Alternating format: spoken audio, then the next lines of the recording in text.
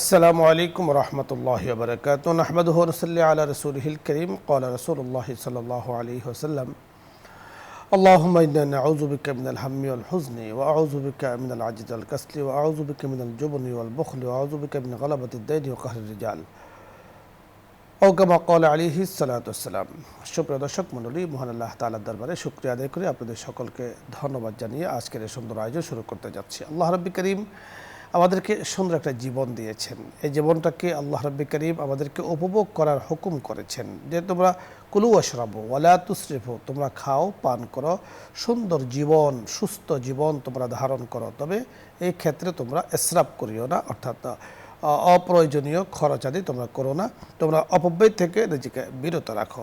মানুষের এই সুন্দর জীবন ধারণের জন্য পিছনে অনেক বড় একটি বাধা শয়তান তৈরি করে রাখে, তা হলো দুশ্চিন্তা। দুশ্চিন্তা মানুষকে পিছিয়ে দেয়। উন্নতি অগ্রগতি সমৃদ্ধির পেছনে দুশ্চিন্তা অনেক বড় শত্রু। তাই আজকে আমরা যে বিষয় নিয়ে কথা বলবো তা হলো অপ্রয়োজনীয় চিন্তা থেকে মুক্তির উপায়। এ বিষয় নিয়ে বিস্তারিত আলোচনা করবেন বিশিষ্ট ইসলামী চিন্তাবিদ, মিডিয়া আলোচক ফজিলাতুল শেখ মুফতি রকিবুল হাসান, খতিব বনশ্রী কেন্দ্রীয় জামে মসজিদ। সাথে আছি আমজাদ হোসেন হেলালি। আসসালামু আলাইকুম। ওয়ালাইকুম আসসালাম রহমতুল্লাহ। মোহতারাম, কেমন আছেন? আলহামদুলিল্লাহ। আজকে আপনার কাছে আমরা সুন্দর একটা বিষয় জানবো। আপনি তো বেশ চিন্তাশীল মানুষ। আপনার কাছে আমরা জানবো যে কিছু মানুষ আছে, আমরাও আছি, যে অনেক সময় বিনা প্রয়োজনে, কোনো প্রয়োজন নেই চিন্তা করার। এই চিন্তা করার দ্বারা মানুষ তার যে সামনের যে তার সুন্দর জীবন আছে, এই সুন্দর জীবনকে সে কিন্তু নষ্ট করে দিচ্ছে। অপ্রয়োজনীয় চিন্তা করে, অহেতুক চিন্তা করে পিছিয়ে যাচ্ছে। এই চিন্তাটা একটা পর্যায়ে প্রথমে ছোট থাকে, একটা পর্যায়ে কিন্তু অনেক বড় হয়ে যায়। একটা পর্যায়ে ইবাদতের ক্ষেত্রে এই চিন্তা তৈরি হয়, যাকে বলা হয় ওয়াসওয়াসা। আল্লাহ রাব্বি করিম পবিত্র কোরআনে হাকিম আমাদেরকে শিখিয়েও দিয়েছেন, আল্লাযী ওয়াসওয়াসু, মানে ওয়াসওয়াসা থেকে যেন আল্লাহ তাআলা আমাদেরকে হেফাজত করেন। তো এর থেকে মুক্তির উপায় কি আপনার কাছে আমরা শুনবো। সুন্দর বলেছেন। নাহমাদুহু ওয়া নুসাল্লি আলা রাসূলিহিল কারীম, মা বা'দ। ফাআউযু বিল্লাহি মিনাশ শাইতানির রাজীম। বিসমিল্লাহির রাহমানির রাহিম। ইয়া আইয়ুহাল্লাযীনা আমানু ইজতানিবু কাসীরাম মিনায-যন্ন। وقال الله تبارك وتعالى إن الذين قالوا ربنا الله ثم استقاموا تتنزل عليهم الملائكة ألا تخافوا ولا تحزنوا وأنتم الأعلون إن كنتم مؤمنين صدق الله العظيم। মোহতারাম, সুন্দর বলেছেন। ইসলাম এত ব্যাপক একটি বিষয় আসলে, যে জীবনের এমন কোনো একটি অংশ নেই যে অংশের মধ্যে ইসলাম রেখে দিয়েছে, বরং মুসলিম উম্মার জন্য কিয়ামত পর্যন্ত আনিত সকল সমস্যার সমাধানই কিন্তু ইসলাম দিয়ে গেছেন। রাসূলুল্লাহ সাল্লাল্লাহু আলাইহি ওয়াসাল্লাম তার জীবনে বাস্তবায়ন করে এবং বিভিন্ন ধরনের দিক এবং নির্দেশনামূলক বক্তব্যগুলো দিয়ে মুসলিম উম্মাকে তার জীবন কিভাবে সুন্দর হবে, সুচারু হবে, ঝামেলা মুক্ত হবে, সেই সকল বিষয়গুলো তিনি বলে গেছেন। এর মধ্যে অন্যতম আপনি আজকে যে বিষয়টি বলেছেন, যে দুশ্চিন্তা এবং অহেতুক চিন্তা, যে চিন্তাগুলোর কোনো বাস্তবতা নেই, যে চিন্তার কোনো ফায়দা নেই, না আছে দুনিয়াতে না আছে আখেরাতে। বরং একজন মানুষ চিন্তাশীল হবে, তার চিন্তা ভাবনাগুলো হবে আত্মকেন্দ্রিক উন্নয়ন কিভাবে করা যেতে পারে, তার আমল আখলাকগুলো কিভাবে সুন্দর করা যেতে পারে, ভালো ভালো অভ্যাসগুলো কিভাবে অর্জন করা যেতে পারে, মন্দ অভ্যাসগুলো থেকে কিভাবে বাঁচতে পারে, এবং আখেরাতের ময়দানে কিভাবে সে জান্নাতের যেই নিয়ামতগুলো আল্লাহ রাব্বুল আলামিন জানিয়েছেন সেগুলো কিভাবে লাভে সে ধন্য হতে পারে এবং জাহান্নাম থেকে মুক্তি পেতে পারে। এই ফিকির আফকারের মধ্যেই একজন মুমিন মুসলমান থাকবে। এর বাইরের কোনো চিন্তার দিকে আসলে যাবে না। বরং কোরআনুল কারীমের মধ্যে তো এই কথা বলেছেন, ইয়া আইয়ুহাল্লাযীনা আমানু ইজতানিবু কাসীরাম মিনায-যন্ন, তোমরা অনেক ধরনের ধারণা যেগুলো তোমাদের কোনো ধরনের ফায়দা বয়ে আনবে না, এমন সকল ধারণা থেকে তোমরা বেঁচে থাকো। ইন্না বা'দা-যন্নি ইসম, এবং আল্লাহ রাব্বুল আলামিন বলছেন যে ধারণাসমূহের মধ্যে এমন কিছু ধারণা আছে যে ধারণাগুলো গুনাহ পর্যন্ত হয়ে যেতে পারে।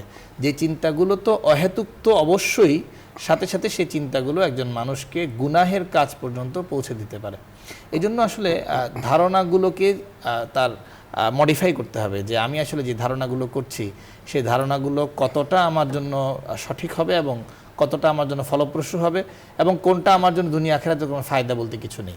অন্য আয়াতের মধ্যে আল্লাহ রাব্বুল আলামিন বলছেন, ইন্নাল্লাযীনা ক্বালু রাব্বুনাল্লাহ, যারা এই কথা স্বীকারোক্তি দিবে যে আমাদের রব হলো আল্লাহ, সুম্মা ইসতাকামু, তারপরে এই তাওহীদের উপর সে অবিচল থাকবে, তাতানাজ্জালু আলাইহিমুল মালাইকাতু আল্লা তাখাফু ওয়ালা তাহজানু, তখন আল্লাহ রাব্বুল আলামিন তার এই আমলের উপরে থাকার কারণে ফেরেশতা অবতীর্ণ করে তাদের পক্ষ থেকে এই ঘোষণা হবে, আল্লা তাখাফু ওয়ালা তাহজানু, তোমরা ব্যথিত হইও না, দুঃখিত হইও না, তোমরা ভয়ও পেও না। অর্থাৎ একজন মানুষকে তার অহেতুক চিন্তা থেকে বেঁচে থাকার জন্য একটা বড় আমল হলো যে আল্লাহ রব্বুল আলামিনই আমার রব, আমার সকল কিছুর মালিক, তিনি আমাকে পরিচালনাকারী, আমার রিজিক দাতা, আমার সকল কিছুর ভালো এবং মন্দ সকল কিছু তারই হাতে।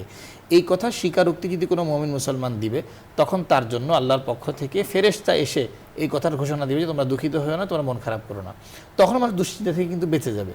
আর যদি মানুষ এই দুনিয়ার হীনমন্যতার যে জায়গা, যখন মানুষ দুনিয়া সম্পর্কে জানবে না যে দুনিয়া আল্লাহ তাআলার কাছে কেমন, একজন মুমিন মুসলমানের জন্য দুনিয়ার সময়টুকু কেমন, তখনই কিন্তু সে এই দুনিয়ার যতগুলো পেরেশানির মধ্যে আছে সে অহেতুক পেরেশানিগুলোর মধ্যে দুঃখিত হবে যে আমি পরবর্তী সময়ে গিয়ে আমার সুস্থতা নিয়ে কি হবে, আমার রিজিকের পেরেশানি যখন হবে তখন আমার কি হবে, এবং আমার সন্তান সন্ততির কি হবে। এই সকল কিছু দুশ্চিন্তাগুলো আসার একটা মৌলিক কারণ হলো যখন তার ঈমানের মধ্যে ঘাটতি থাকবে, তাওহীদের মধ্যে ঘাটতি থাকবে, আল্লাহ তাআলা যে রব এই কথা স্বীকারোক্তির ক্ষেত্রে যখন তার সন্দেহ থাকবে, তখনই কিন্তু সকল আপনি বড় চমৎকার বলছিলেন। দর্শক মণ্ডলী, সত্যি অত্যন্ত দামি, অত্যন্ত কিমতি একটি কথা বলেছেন আমাদের মুফতি রকিবুল হাসান, যে মানুষের দুশ্চিন্তা কেন আসে, কখন আসে, এটা যখন আমরা বের করতে পারবো তখন আমাদের জন্য দুশ্চিন্তা থেকে বেঁচে থাকাটা অত্যন্ত সহজ হবে,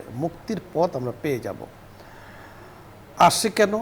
তাওয়াক্কুল আলাল্লাহ আমাদের কমে যাওয়ার কারণে অথবা না থাকার কারণে। আল্লাহ রব্বি করিম আমার সকল কিছুর মালিক, আমার ঈমানের মালিক, আমার জীবনের মালিক, আমার সম্পদের মালিক, আমার সন্তানের মালিক, সকল কিছুর মালিক তিনি আমাকে হেফাজতকারী। আল্লাহু হাফিজুন, তিনি হেফাজতকারীওয়ালা, আমাদেরকে আপনাদেরকে সারা বিশ্বকে।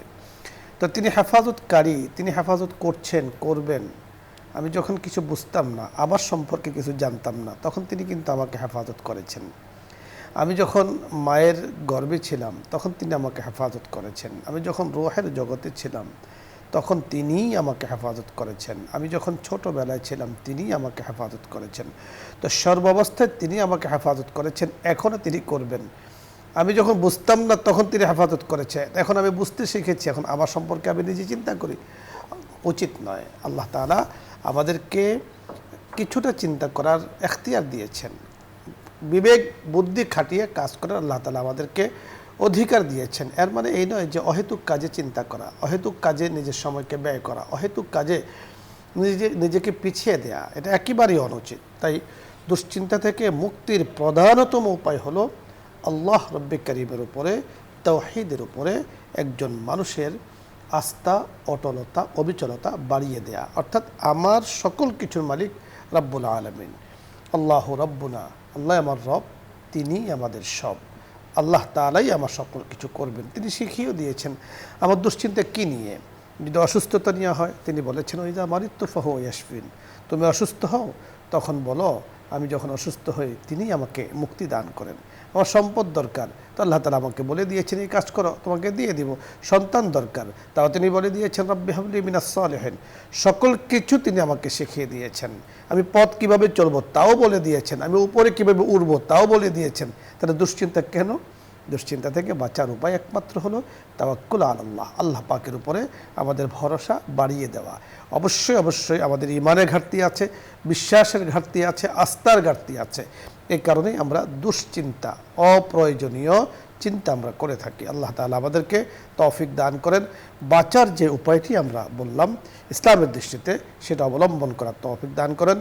দ্বীনি চর্চা যত বেশি করব, কোরআন সুন্নাহ যত বেশি পড়ব, কোরআন সুন্নাহ অনুযায়ী যত বেশি চলব, তো তাওয়াক্কুল আল্লাহ পাকের উপরে আমাদের বাড়বে, ভরসা বাড়বে, দুশ্চিন্তা আমাদের দূর হয়ে যাবে। আল্লাহ তাআলা আমাদেরকে বোঝার তৌফিক দান করেন। দর্শক মণ্ডলী, আলোচ্য বিষয় নিয়ে আপনাদের আরও কিছু জানার থাকে, কোনো প্রশ্ন থাকে, মাসলা মাসাইল নিয়ে আপনি প্রশ্ন করুন, আমরা কথা বলার চেষ্টা করব আল্লাহ পাকের তৌফিকে। প্রথমে যিনি আছেন, আসসালামু আলাইকুম, দর্শক পরিচয় বলে প্রশ্ন করুন। ওয়ালাইকুম আসসালাম, আমার নাম মোহাম্মদ জাহিদুর রহমান। জি, আমার প্রশ্নটা হচ্ছে, আমি একজন মুসলিম হিসাবে জামাত ইসলাম যেটাকে বলা হয় জামাত ইসলামে, এটা কি করা যাবে নাকি? একজন মুসলিম হিসেবে এটা করা যাবে নাকি? আর জামাত ইসলাম কি আসলে কোনো ইসলামী দল কিনা? ধন্যবাদ আপনাকে। আমরা ইসলামিক মাসলা মাসাইল নিয়ে আসলে আমাদের এই অনুষ্ঠানে আমরা কথা বলি। আমরা রাজনৈতিক বিষয় সাধারণত আমরা এখানে কথা বলি না, তার জন্য অন্য প্ল্যাটফর্ম আছে, আপনি সেখান থেকে জেনে নেবেন। পরে দর্শক, আসসালামু আলাইকুম রহমতুল্লাহ।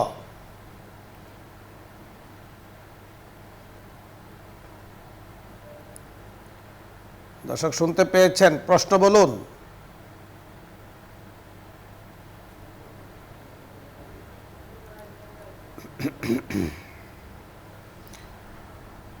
জি দর্শক, আপনি চেষ্টা করছেন, আমরা দেখতে পাচ্ছি। আমি আপনার কাছে আসব, তার আগে আমাদের মোহতারামার কাছে আমি একটু আসতে চাচ্ছি যে এই যে দুশ্চিন্তার যে বিষয়গুলো, একজন মানুষের জন্য আসলে দুশ্চিন্তা কি কি ক্ষতি করতে পারে, আপনার কাছে আমরা শুনবো।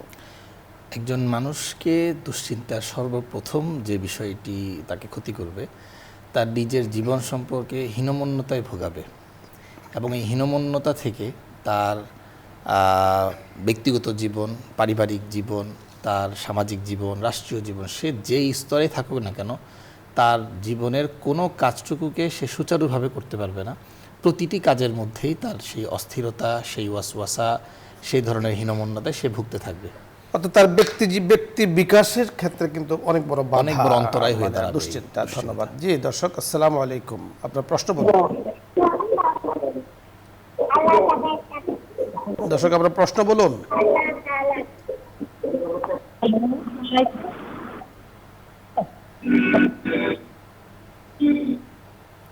হ্যালো, আসসালামু আলাইকুম। ওয়ালাইকুম আসসালাম ওয়া রাহমাতুল্লাহ।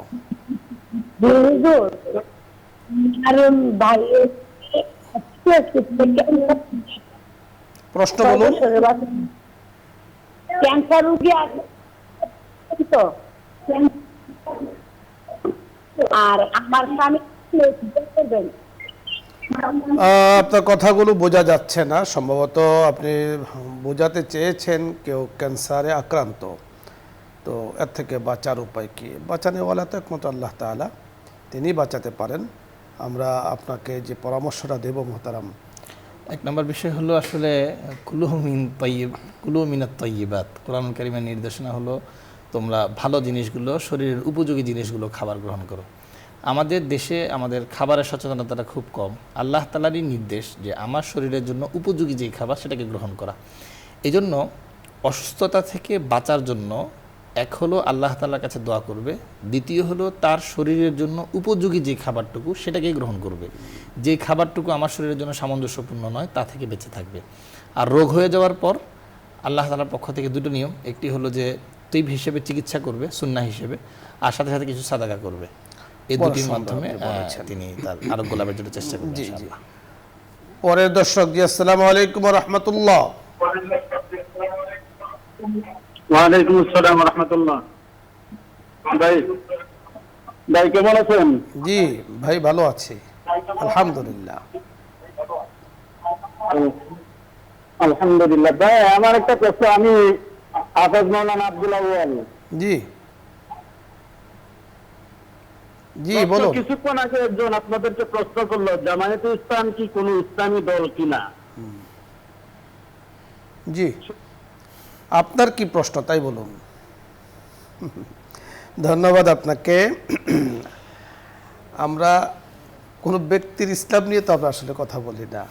আপনি জানতে চেয়েছেন, বোঝাতে চেয়েছেন যে আমরা বিষয়টি সম্ভবত এড়িয়ে গিয়েছি বা কথা বলিনি। এ নিয়ে আপনারও প্রশ্ন জাগ্রত হয়েছে যে কেন কথা বললেন না। দেখুন, আমরা বলেছি যে আমাদের ইসলাম, আমরা এই প্রোগ্রামটি সূচনা থেকে, শুরু থেকে নিয়ে এই পর্যন্ত, আজ পর্যন্ত আমাদের যতটুকু মনে পড়ে আমরা কিন্তু মাসলা মাসাইল নিয়ে আলোচনা করি। আমাদের দৈনন্দিন জীবনে ইসলাম পালনে যে বিষয়টি করণীয় তা নিয়ে আমরা আলোচনা করি। আমরা পজিটিভ বিষয় নিয়ে আলোচনা করি, সাধারণত নেগেটিভ নিয়ে আমরা আলোচনা করি না। তো আপনি জিজ্ঞেস করেছেন জামাত ইসলামী দল কিনা, তো যারা করছে তাদেরকে আপনি জিজ্ঞেস করলে আপনি বুঝতে পারবেন যে আসলে বিষয়টা কি। মোহতারামার কাছে কোনো পরামর্শ জি, থাকলে? আমার একটা পরামর্শ হলো স্থানীয় ওলামা ইকরামের সাথে তিনি ডিসকাশন করতে পারেন, যেহেতু এর একটি সামাজিক বিষয়। সামাজিকভাবে বিষয়টিকে যদি আমি এই জায়গা থেকে একভাবে চিন্তা করি, এটা দ্বারা কেউ হয়তো বা সঠিকটুকু বুঝতে পারেন, বিভ্রান্তিও ছড়াতে পারে। এই জন্য যার প্রশ্ন হবে তিনি স্থানীয় ওলামা ইকরামের সাথে যোগাযোগ করে জেনে নেবেন। পরের দর্শক, আসসালামু আলাইকুম ওয়া রাহমাতুল্লাহ। আসসালামু আলাইকুম ওয়া রাহমাতুল্লাহ।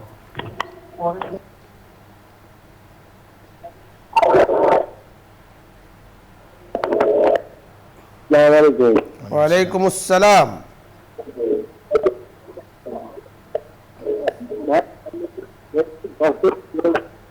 প্রশ্ন বলুন।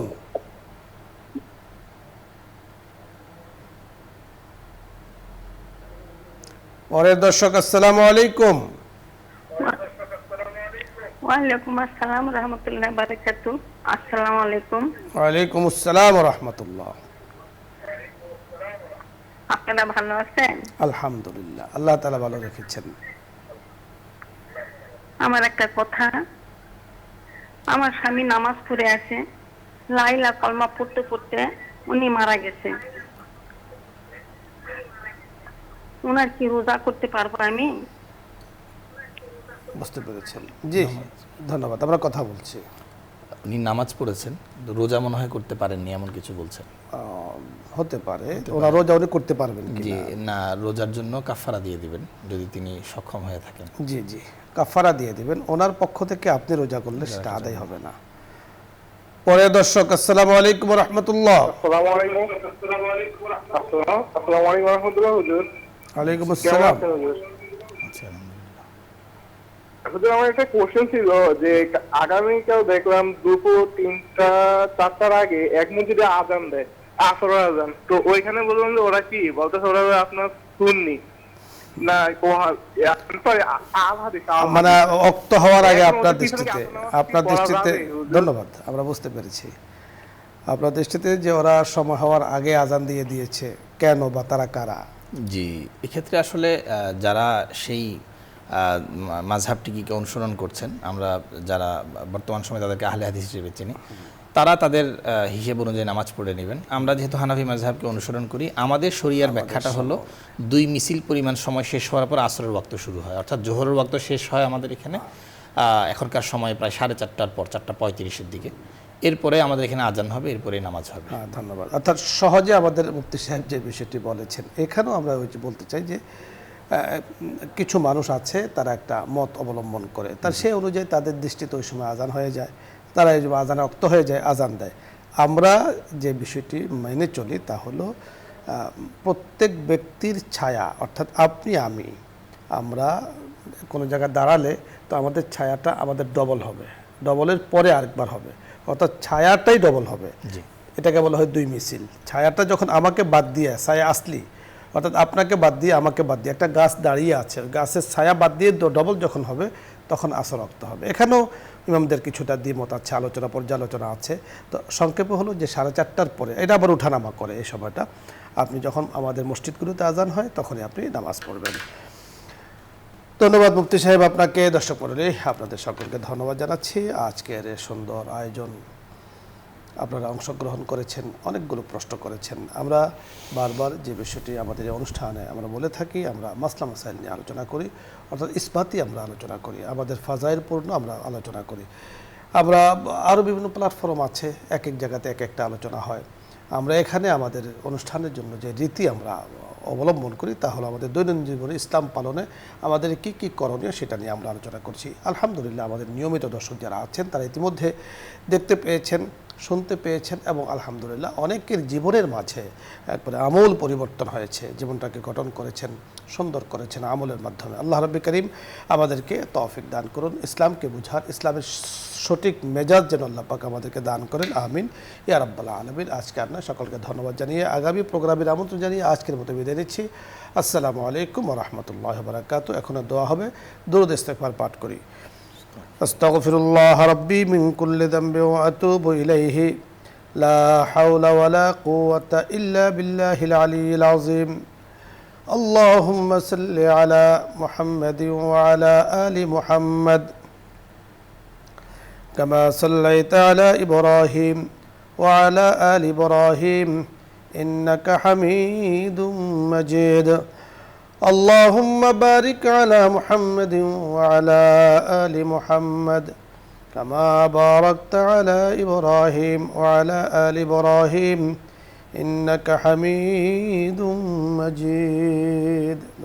الحمد لله رب العالمين والعاقبة للمتقين والصلاة والسلام على سيد الأنبياء والمرسلين وعلى آله وأصحابه أجمعين. ربنا ظلمنا أنفسنا وإن لم تغفر لنا وترحمنا لنكونن من الخاسرين ربنا آتنا في الدنيا حسنة وفي الآخرة حسنة وقنا عذاب النار يا الله يا رب العالمين يا أحكام الحاكمين আমাদের এই অনুষ্ঠানকে আপনি কবুল করে নেন। আমিন। এই অনুষ্ঠানের মাধ্যমে যে দিনগুলোকে প্রচার করা হচ্ছে, যে মাসাইলগুলোকে প্রচার করা হচ্ছে, এই মাসালা বলাকে শোনাকে আপনি কবুল করে নেন। যারা শুনছি বলছি সবাইকে এই অনুযায়ী আমল করার তৌফিক দিয়ে দেন ইয়া আল্লাহ ইয়া রাব্বাল আলামিন। যে যেখানে থেকে আমাদের এই কথাগুলো শুনছেন এই কথাগুলোকে মানার তৌফিক দিয়ে দেন ইয়া আল্লাহ। এই অনুষ্ঠানকে যারা আয়োজন করেছেন, বসুন্ধরা গ্রুপের চেয়ারম্যান থেকে নিয়ে যারা যেভাবে সহযোগিতা করেছেন, যারা যেভাবে সম্পৃক্ত আছেন, প্রত্যেকেরই আপনি কবুল করে নেন। এই ধরনের অনুষ্ঠান আরও অনেক বেশি বেশি করার তৌফিক দিয়ে দেন। দিনকে প্রচার করার যতগুলো মাধ্যম আছে সকল মাধ্যমের সাথে আমাদের সকলকে আপনি সম্পৃক্ত করে দেন ইয়া আল্লাহ ইয়া রাব্বাল আলামিন। ইখলাসের সাথে প্রত্যেকটা আমলকে করার তৌফিক দিয়ে দেন। প্রত্যেকটা আমলের মধ্যে আপনি বারাকা দান করেন, জীবনের মধ্যে বারাকা দান করেন, পারিবারিক জীবনে, সামাজিক জীবনে, ব্যক্তিগত জীবনে, রাষ্ট্রীয় জীবনে আমাদেরকে বারাকা দান করেন ইয়া আল্লাহ ইয়া রাব্বাল আলামিন। আমাদের সন্তানাদিকে আপনি কবুল করে নেন। প্রত্যেকের সন্তানকে আপনি ওয়ালাদে সালেহ হিসেবে কবুল করে নেন। চারিদিকে বড় ফিতনা ফাসাদের সময় আমরা অতিবাহিত করছি, সকল ধরনের ফিতনা থেকে আমাদের সকলকে আপনি হেফাজত করেন। আমাদের পরিবার পরিজনকে আপনি হেফাজত করেন। সকলকে আপনি হালাল ইনকাম করার তৌফিক দিয়ে দেন। হারাম থেকে আমাদেরকে হেফাজত করেন। ঈমান বিধ্বংসী সকল কথা কাজ চিন্তা থেকে আমাদেরকে হেফাজত করেন ইয়া আল্লাহ ইয়া রাব্বাল আলামিন। তাওহীদ ওয়ালা ঈমান, নেফাকি মুক্ত ঈমান আমাদের সকলকে আপনি নসিব করেন ইয়া আল্লাহ ইয়া রাব্বাল আলামিন। আমাদের বেঁচে থাকাটা বড় সন্দেহের বিষয়, কিন্তু আমাদের মৃত্যুটা বড় নিশ্চিত মওলা। দয়া করে মেহেরবানি করে আমাদেরকে ঈমানের উপর অবিচল থেকে মৃত্যুবরণ করার তৌফিক দিয়ে দেন ইয়া আল্লাহ ইয়া রাব্বাল আলামিন। আমাদেরকে আপনি শাহাদাতের মর্তবা নসিব করেন ইয়া আল্লাহ। সাকারাতুল মাউত থেকে আমাদের সকলকে আপনি হেফাজত করেন। কবরের আযাব থেকে হেফাজত করেন। জাহান্নাম থেকে হেফাজত করেন ইয়া আল্লাহ ইয়া রাব্বাল আলামিন। আমাদের গুনাহের কারণে আপনি আমাদেরকে পাকড়াও করেন না মাওলা। আমাদেরকে পাকড়াও করলে আমাদের কোনো ধরনের সহযোগিতার কেউ নেই মাওলা। আপনি একমাত্র আমাদেরকে বাঁচানোওয়ালা আছেন। দয়া করে মেহেরবানি করে আমাদের সকল ধরনের বিপদ-আপদ থেকে আমাদেরকে হেফাজত করেন। রব্বির হামহুমা কামা রব্বায়ানি সগীরা। ربنا تقبل منا إنك أنت السميع العليم وتب علينا يا مولانا إنك أنت التواب الرحيم سبحان ربك رب العزة عما يصفون وسلام على المرسلين والحمد لله رب العالمين.